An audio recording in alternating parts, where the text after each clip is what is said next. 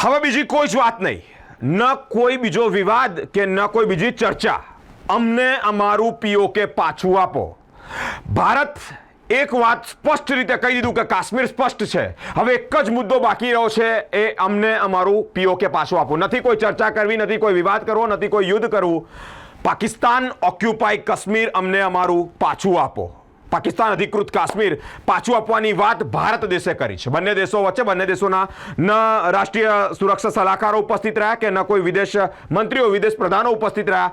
આ બેઠક કેવળ ને કેવળ બંને દેશના ડીજીએમઓએસ સાથે થઈ, ચર્ચા વિચારણાઓ થઈ અને એક જ માંગ કરી છે, અમને અમારું પીઓકે એટલે કે પાકિસ્તાન અધિકૃત કાશ્મીર પાછું આપો, પીઓકે પાછું આપો. હવે અમારે નથી કોઈ ચર્ચા કરવી, નથી કોઈ વિચારણા કરવી, નથી કોઈ યુદ્ધની વાતો કરવી કે નથી કોઈ અમને કોઈ મધ્યસ્થીની જરૂર કે કોઈ મધ્યસ્થી બનવા માંગતા. મોદીજીએ સ્પષ્ટ જણાવી દીધું, અમને અમારું પીઓકે એટલે કે પાકિસ્તાન ઓક્યુપાય કાશ્મીર પાછું આપો. હવે જો કોઈ ગોળીબાર કર્યો, હવે કોઈ જો હુમલો કર્યો, હવે અમારો જવાબ વિનાશકારી હશે અને ટોપથી જવાબ આપીશું.